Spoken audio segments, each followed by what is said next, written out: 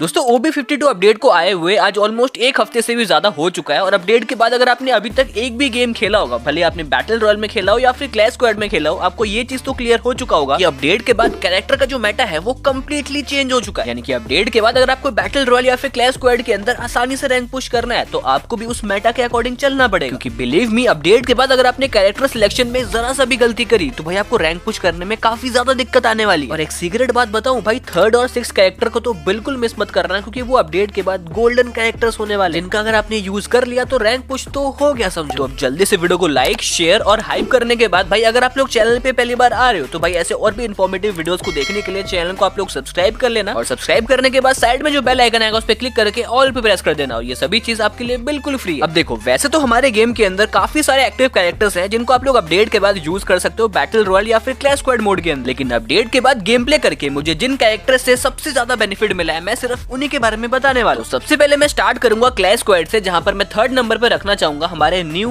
Modes character को। अब देखो ऑनेस्टली बताऊं तो अपडेट से पहले मेरे को ये कैरेक्टर का एबिलिटी उतना कुछ खास लगा नहीं था एडवांस सर्वर के अंदर, लेकिन जब मैंने इसको यूज किया तो भाई लिटरली इसने मुझे काफी ज्यादा इंप्रेस किया, क्योंकि इस कैरेक्टर का यूज करके आप लोग 15 सेकंड के लिए ऑलमोस्ट एक हैकर की तरह इनविजिबल होकर भाई एनिमी के ऊपर रश मार सकते हो, जहां पर आपका जो स्पीड है वो भी 20% बढ़ जाएगा। जिससे होगा क्या कि भाई आप लोग राउंड के स्टार्टिंग में ही एनिमी के पीछे से फ्लैंक मार सकते हो और भाई आराम से अपने मूवमेंट स्पीड का यूज करके आप उनके पीछे आकर उनको काफी इजीली सरप्राइज कर सकते हो। जैसे कि यहाँ पर देखो, यहाँ पर राउंड स्टार्ट होते ही मैं मोड्स के एबिलिटी को ऑन करके अपने मूवमेंट स्पीड का यूज करके लेफ्ट साइड से फ्लैंक मारने आता हूँ, जहाँ से एक बंदा भी आता है लेकिन उसको मेरा लोकेशन दिखता ही नहीं है, क्योंकि आपका लोकेशन दिखने के लिए एनिमी को आपके 16 मीटर के अंदर आना पड़ेगा, वरना भाई आप उसको रेयरली ही दिख पाओगे। इसका फायदा उठाकर आप लोग एनिमी के पीछे आकर उनको काफी इजीली डाउन कर सकते हो, जैसे कि यहाँ पर मैंने किया। इसके बाद पीछे से एक और बंदा फ्लैंक मार के आता है, लेकिन उससे पहले यहाँ पर मैं पहुंच जाता हूँ, इसलिए इसको भी यहाँ पर मैं काफी इजीली डाउन कर देता हूँ। तो ऐसे ही क्लैश स्क्वाड के हर राउंड के स्टार्टिंग में आप लोग सबसे पहले फ्लैंक मार सकते हो, उसके बाद आप लोग एनिमी को एकदम से सरप्राइज कर सकते हो। और क्योंकि मोड्स को यूज करते टाइम कोई भी एनिमी आपको ट्रैक नहीं कर पाएगा, भले उसके पास कोडा हो या फिर क्लू हो, आपका लोकेशन उसको दिखेगा ही नहीं जब तक कि वो आपके 16 मीटर रेडियस के अंदर नहीं आ जाता है। और इसी वजह से अगर आप एक फ्लैंकर हो तो भाई ये कैरेक्टर आपके लिए एकदम वरदान बन जाता है, जिसका यूज करके आप लोग इनविजिबल होके हैकर की तरह एनिमी के पीछे आ सकते हो और फिर उनको धप्पा दे सकते हो। और क्योंकि इसका कूलडाउन टाइम भी काफी कम है, तो अगर आप इसको रॉकी के साथ यूज करोगे तो इसको आप लोग हर राउंड के अंदर 2 बार भी यूज कर सकते हो। लेकिन हाँ, इसके एबिलिटी को यूज करते टाइम आप लोग फायरिंग नहीं कर सकते हो, लेकिन एनिमी आपके ऊपर एम लेकर आपको डैमेज कर सकता है, तो इसीलिए आपको एक बढ़िया सा कॉम्बिनेशन भी यूज करना पड़ेगा, जिससे कि अगर कोई एनिमी आपको डैमेज भी करता है तो भी आप लोग काउंटर अटैक करके उसको डाउन कर पाओ। तो अगर आपको इसके बेस्ट कॉम्बिनेशन के बारे में जानना है तो इसको मैंने शॉर्ट वीडियो के अंदर कवर कर रखा है, उसको आप लोग चेकआउट कर सकते हो, लिंक आपको डिस्क्रिप्शन में मिल जाएगा। बाकी ओवरऑल अगर आपको अपडेट के बाद क्लैश स्क्वाड के अंदर रैंक पुश करना है और स्पेशली आप एक फ्लैंकर हो तो ये वाला कैरेक्टर आप लोग डेफिनेटली यूज कर सकते हो, क्योंकि इसका यूज करके लिटरली भाई मैंने खुद ट्रिपल क्वाड्रा ऑलमोस्ट हर मैच के अंदर मारा है। बाकी आप लोग मुझे बताना कमेंट के अंदर कि अपडेट के बाद अगर आपने इसके एबिलिटी को यूज किया है तो आपको इसका एबिलिटी कैसा लगा। ओके, सो इसके बाद जो हमारा नेक्स्ट कैरेक्टर है वो है गाइस हमारी ज़ाइनी कैरेक्टर, जिसको मैं नंबर 2 पे रखना चाहूंगा, क्योंकि अपडेट के बाद इसके एबिलिटी के अंदर काफी बढ़िया बफ आया है। अपडेट के बाद अगर आप लोग इसके एबिलिटी को यूज करते हो तो आपको 70 शील्ड पॉइंट मिलता है, वो भी पूरे 15 सेकंड के लिए, और जो उसका कूलडाउन टाइम है वो भी 75 सेकंड है। और इसकी सबसे खास बात ये है कि इसके एबिलिटी को यूज करते टाइम अगर आप लोग किसी एनिमी को डाउन करते हो तो इसका जो एबिलिटी है वो फिर से रीसेट हो जाता है, जिससे कि आप लोग फिर से 15 सेकंड तक इसके एबिलिटी का बेनिफिट ले सकते हो। जैसे कि यहाँ पर देखो, यहाँ पर मैं राइट साइड से रोटेशन ले रहा होता हूँ, लेकिन जैसे मुझे एनिमी का साउंड आता है मैं यहाँ पर ज़ाइनी की एबिलिटी को ऑन कर देता हूँ, जिससे कि मुझे तुरंत शील्ड पॉइंट मिल जाता है। लेकिन यहाँ पर ये एनिमी मुक्का वाला एबिलिटी यूज करता है, जिससे कि मुझे पहले डैमेज पड़ता है, लेकिन क्योंकि भाई मेरे पास एक्स्ट्रा शील्ड पॉइंट होता है तो पहले डैमेज उस पे पड़ता है। इसके बाद फिर ये मेरे को गन से भी डैमेज करता है, लेकिन क्योंकि मेरे पास एंटोनियो और ज़ाइनी का 90 शील्ड पॉइंट एक्स्ट्रा होता है, इसलिए यहाँ पर देखो मैं कितने कम एचपी से ये वाले बंदे को मार देता हूँ। और इसको मारते यहाँ पर नोटिस करना, मुझे फिर से एक बार शील्ड पॉइंट मिलता है, लेकिन यहाँ पर एक और बंदा आ जाता है जो कि मेरे को डैमेज करता है, लेकिन यहाँ पर क्योंकि मेरे पास इतना ज्यादा एचपी होता है तो इसलिए मैं इस बंदे को भी काफी इजीली डाउन कर देता हूँ। और फिर अगेन इसको डाउन करते यहाँ पर मुझे फिर से शील्ड पॉइंट मिल जाता है। तो ऐसे ही भाई इसके एबिलिटी को यूज करके आप लोग मल्टीपल टाइम अपने एचपी को बढ़ा सकते हो, और लिटरली भाई आप अपने एचपी को अनलिमिटेड कर सकते हो। और बाकी ये चीज तो आपको पता ही है कि भाई जहाँ पर आपके पास इतना ज्यादा एचपी होगा, मतलब कि ऑलमोस्ट एनिमी से डबल एचपी होगा, तो भाई 1v1 फाइट के अंदर तो आपको हरा पाना नेक्स्ट टू इम्पॉसिबल हो जाएगा। जैसे कि यहाँ पर भी देख सकते हो, यहाँ पर मैं एनिमी के ऊपर रश करने से पहले ज़ाइनी की एबिलिटी को ऑन कर देता हूँ, जिसके बाद मैं इस बंदे को काफी गंदा डैमेज करता हूँ, लेकिन ये नीचे कूद जाता है और उसी टाइम पे एक बंदा दूर से मेरे को डैमेज कर देता है। इसके बाद फिर मैं खिड़की के पास आके ये जिपलाइन वाले बंदे को काफी गंदा डैमेज करता हूँ, लेकिन रिटर्न फायर में मुझे भी काफी गंदा डैमेज कर देता है, लेकिन क्योंकि मेरे पास एचपी ज्यादा होता है इसलिए यहाँ पर मैं बच जाता हूँ। लेकिन इसके बाद पता नहीं मैं ये कौन से यूनिवर्स में आता हूँ जहाँ पर भाई मेरे पास एचपी ऑलमोस्ट हाफ होता है, लेकिन फिर भी मैं सामने वाले बंदे को काफी इजीली डाउन कर देता हूँ। फिर अपने दुनिया में वापस आते हैं, यहाँ पर मुझे एक और बंदा दिख जाता है, जिसको भी यहाँ पर मैं काफी इजीली बॉडी और हेडशॉट से डाउन कर देता हूँ। जिसके बाद मुझे कहीं और से भी डैमेज पड़ता है, जिसका स्टार्टिंग में मुझे लोकेशन पता नहीं होता, लेकिन जैसे मुझे इसका लोकेशन दिखता है इसको भी यहाँ पर मैं काफी इजीली बॉडी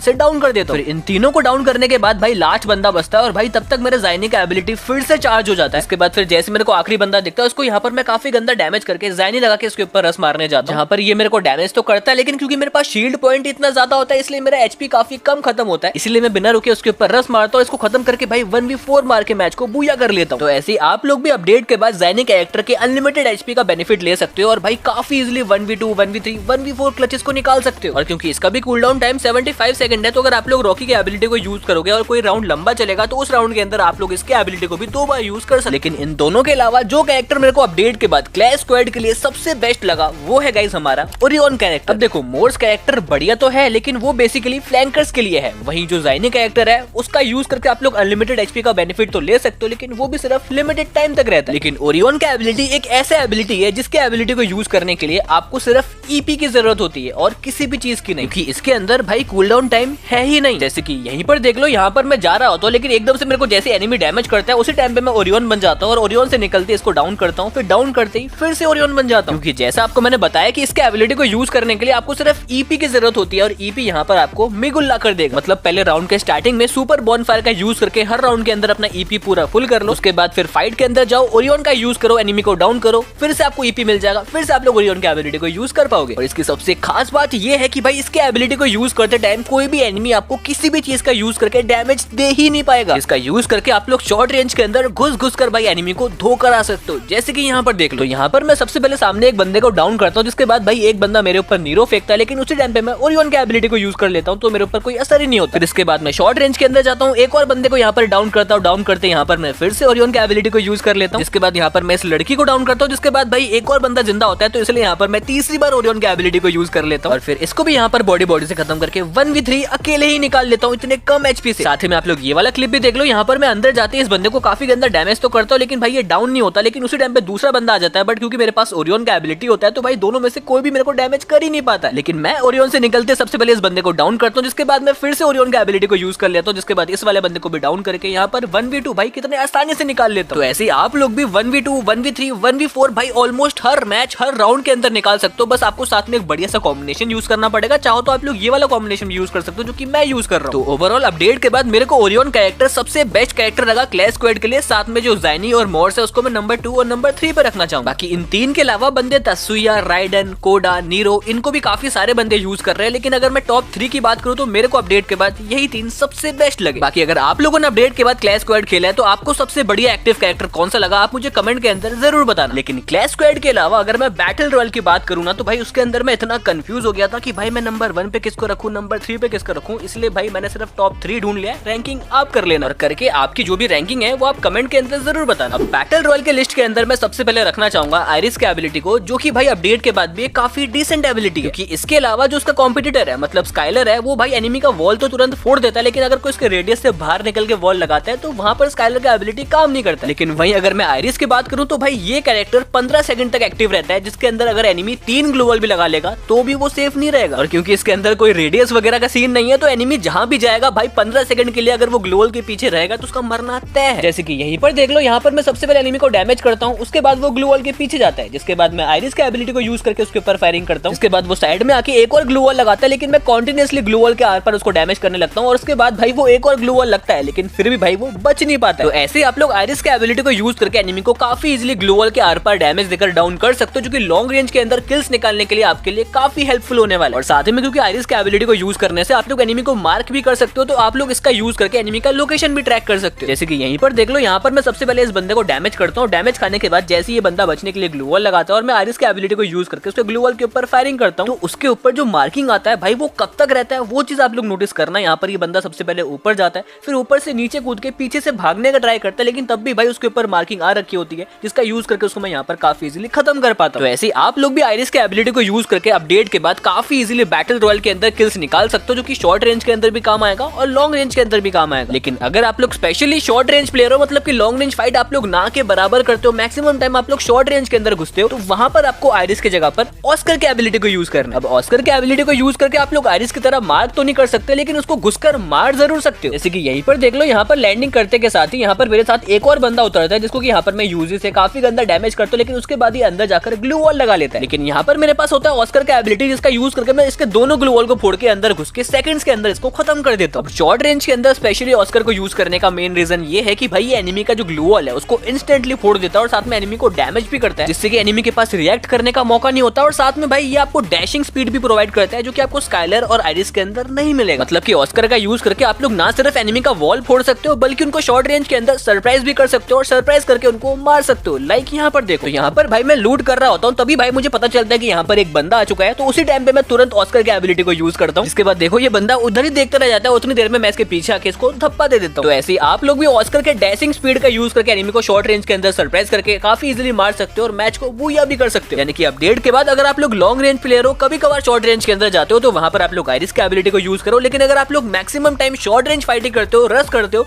तो भाई आपको यूज करना है ऑस्कर की एबिलिटी। लेकिन अगर आप लोग short range fight, long range fight दोनों ही करते हो और सबसे इंपॉर्टेंट अगर आपके साथ थर्ड पार्टी ज्यादा होता है, तो भाई आपको यूज करना है क्रोनो के एबिलिटी को, जो कि अपडेट के बाद भी भाई काफी खतरनाक एबिलिटी है। क्योंकि क्रोनो कैरेक्टर के शील्ड को यूज करके आप लोग 10 सेकंड के लिए एनिमी का 1000 डैमेज तक ब्लॉक कर सकते हो और इसका जो कूलडाउन टाइम है वो भी काफी कम है। अब इसका आपको कैसे बेनिफिट मिल सकता है वो आपको मैं एग्जांपल से समझाता हूँ। तो सबसे पहले आप लोग ये वाला क्लिप देखो, यहाँ पर मैं जैसे सामने वाले बंदे को डैमेज करता हूँ, वो बंदा कवर में चला जाता है, लेकिन जैसे वो अपने ग्लू वॉल से निकलकर मेरे ऊपर फायरिंग करता है, तो भाई वो मुझे काफी गंदा डैमेज कर देता है। लेकिन क्योंकि यहाँ पर मेरे पास क्रोनो का एबिलिटी होता है, तो भाई यहाँ पर देखो मैं कितने कम एचपी से बच जाता हूँ, क्योंकि इसका शील्ड ऑन करने के बाद मेरे ऊपर वो चाहकर भी डैमेज नहीं कर सकता था। अब ये तो बात हो गई डिफेंस की, लेकिन अटैक के टाइम पे आपको कैसे यूज करना है वो भी आप लोग यहाँ पर देख लो। तो यहाँ पर दो बंदे मिलकर श्रेया को डाउन कर देते हैं, इसलिए यहाँ पर मैं वेट करता हूँ। लेकिन जैसे वो बंदे बाहर आके मेरे ऊपर फायरिंग करते हैं, मैं क्रोनो के शील्ड को ऑन कर लेता हूँ, जिससे कि भाई मेरे ऊपर डैमेज नहीं पड़ता। इसके बाद तुरंत मैं शील्ड से निकलता हूँ और रिटर्न फायर में भाई उसको काफी इजीली डाउन कर देता हूँ। तो ऐसे ही क्रोनो के एबिलिटी को शॉर्ट रेंज के अंदर यूज करके आप लोग एनिमी का जो मैगजीन है उसको खाली कर सकते हो। फिर जैसे वो अपने गन को रिलोड करने लगेगा, उसी टाइम पे आप लोग शील्ड से निकल के उसको खत्म कर सकते हो। और ना सिर्फ शॉर्ट रेंज बल्कि लॉन्ग रेंज के अंदर भी अगर आप लोग इसके एबिलिटी को यूज करोगे तो इसका भी आपको काफी बढ़िया बेनिफिट मिलेगा। लाइक यहाँ पर देख लो, तो यहाँ पर भाई मेरे सामने एक बंदा होता है स्लाइडर के पास, उसके ऊपर मैं एम ले रहा होता हूँ, लेकिन उसी टाइम पे भाई एक बंदा पीछे से मेरे को डैमेज कर देता है। लेकिन उसी टाइम पे क्योंकि मेरे पास क्रोनो का एबिलिटी होता है, तो उसके एबिलिटी को यूज करके उसके डैमेज को मैं ब्लॉक कर देता हूँ। जिसके बाद फिर जैसे वो अपना फायरिंग रोकता है, मैं शील्ड से निकलता हूँ और वन टैप मार के इसको खत्म कर देता हूँ। इसीलिए भाई क्रोनो के एबिलिटी को मैंने अपडेट के बाद भी बैटल रॉयल के लिस्ट के अंदर टॉप 3 के अंदर रखा है, क्योंकि इसका यूज करके आप लोग short range fight, long range fight, third party से बचना, मतलब सब कुछ कर सकते हो। लेकिन हाँ, इसके लिए आपको बस थोड़ी बहुत प्रैक्टिस करनी पड़ेगी। लेकिन इसके अलावा जो कैरेक्टर अपडेट के बाद काफी ज्यादा ओवर पावर्ड हो गया है, जिसको भाई अपडेट से पहले बहुत ही कम बंदे यूज करते थे, उसको भाई अपडेट के बाद हर बंदा यूज कर रहा है, जो कि है भाई हमारा नीरो कैरेक्टर। अब देखो, इसके एबिलिटी को यूज करके आप लोग एनिमी के ऊपर एक प्लूशी छोड़ सकते हो, जो कि एनिमी का हर सेकंड 16 एचपी खाता रहेगा, वो भी पूरे 12 सेकंड के लिए। इसके अंदर रहने से एनिमी का एचपी तो जाएगा ही, साथ में भाई सबसे इंपॉर्टेंट भाई वो बंदा ग्लू वॉल लगा ही नहीं पाएगा। जैसे कि यहीं पर देख लो, यहाँ पर भाई एक बंदा मेरे ऊपर एकदम से अटैक करता है, जिसके बाद भाई वो बंदा मेरे ऊपर स्काइलर छोड़ देता है। लेकिन जैसा आपको मैंने आइरिस के टाइम भी बताया था कि स्काइलर से बचना काफी आसान है, बस आपको उसके रेडियस से बाहर आना होता है, वैसे यहाँ पर मैं करता हूँ। जिसके बाद भाई मैं उसके ऊपर ये प्लूशी छोड़ देता हूँ, जिससे कि ना सिर्फ इसको डैमेज पड़ता है, बल्कि ये बंदा ग्लू वॉल भी नहीं लगा पाता, जिससे कि भाई मेरी टीममेट इसको काफी इजीली खत्म कर देती है। साथ में आप लोग ये वाला क्लिप भी देख लो, यहाँ पर एक बंदा मेरी टीममेट को डाउन करता है, लेकिन जैसे वो घर के अंदर आता है, इसको यहाँ पर मैं काफी गंदा डैमेज कर देता हूँ, जिसके बाद भाई इसके ऊपर मैं नीरो छोड़ देता हूँ। इसके बाद फिर देखना ये बंदा और ग्लू वॉल लगा ही नहीं पाता, जिसके बाद ये उसी के डैमेज से डाउन हो जाता है। फिर इसके डाउन होते इसका दूसरा टीममेट भी आ जाता है, लेकिन क्योंकि ये भी मेरे नीरो के रेडियस के अंदर ही होता है, इसलिए भाई ये बंदा भी ग्लू वॉल नहीं लगा पाता है। इसके बाद फिर यहाँ से इसको डैमेज करके मैं घर के बाहर जाता हूँ और घर के बाहर जाके इसको पूरा खत्म कर देता हूँ। तो ऐसे नीरो की एबिलिटी को यूज करके आप लोग ना सिर्फ भाई एनिमी को डैमेज कर सकते हो, बल्कि साथ में भाई उनको वॉल लगाने से भी रोक सकते हो, जिससे कि उनको मार पाना आपके लिए और आसान हो जाता है। अभी यहाँ पर अगर एनिमी चाहे तो एनिमी आपके प्लूशी को फोड़ सकता है, लेकिन अगर वो एनिमी आपका प्लूशी फोड़ता है तो भाई सबसे पहली बात वो 5 सेकंड के लिए मार्क हो जाएगा। इसके बाद क्योंकि ये जो प्लूशी है वो एनिमी को हर सेकंड 16-16 का डैमेज करेगा, तो भाई जब तक वो आपका प्लूशी फोड़ेगा तब तक वो काफी गंदा डैमेज हो जाएगा। इसके बाद फिर आपके पास भी इनफ टाइम मिल जाएगा कि जब तक आपका वो प्लूशी फोड़ेगा तब तक भाई आप उसके शॉर्ट रेंज के अंदर घुस जाओगे, शॉर्ट रेंज के अंदर घुसकर उसको खत्म कर पाओगे। और कभी कभार तो भाई शॉर्ट रेंज के अंदर घुसना भी नहीं पड़ेगा, क्योंकि भाई प्लूशी का जो डैमेज है वो भी इंस्टेंटली पड़ता है, तो इसलिए भाई कभी कभार वो उसी के डैमेज से खत्म हो जाता है। और क्योंकि इसका कूलडाउन टाइम भी काफी कम है, तो अगर आप लोग साथ में रॉकी की एबिलिटी को भी यूज कर लोगे तो एक फाइट से निकलने के बाद जब तक आप लोग अपने आप को पूरा हील करोगे तब तक भाई इसका एबिलिटी फिर से चार्ज हो जाएगा। और इसी वजह से भाई बेसिकली नीरो का एबिलिटी अपडेट के बाद काफी ज्यादा बंदे यूज कर रहे हैं, भले आप लोग बात कर लो बैटल रॉयल की या फिर क्लैश स्क्वाड की। बाकी ये है गाइस अपडेट के बाद के 6 सबसे बेस्ट एक्टिव कैरेक्टर्स, जिनका यूज करके आप लोग अपडेट के बाद क्लैश स्क्वाड या फिर बैटल रॉयल के अंदर काफी आसानी से अपने रैंक को पुश कर सकते हैं। जिनके साथ अगर आपको बेस्ट कॉम्बिनेशंस के बारे में जानना है तो मैंने जो कॉम्बिनेशन वीडियो के अंदर यूज किया आप लोग उनको यूज करके भी ट्राई कर सकते हो। बाकी इनके अलावा अपडेट के बाद आपके लिस्ट के अंदर आपके यूज के अकॉर्डिंग क्लैश स्क्वाड या फिर बैटल रॉयल के अंदर टॉप 3 पे कौन से कैरेक्टर आते हैं कमेंट में जरूर बताना। बाकी अपडेट के बाद अगर आप लोग रैंक पुश करने के लिए बढ़िया कैरेक्टर कॉम्बिनेशन ढूंढ रहे हो तो आपको स्क्रीन पे 2 वीडियोस दिख रहे होंगे, आप लोग दोनों में से किसी को भी चेकआउट कर सकते हो।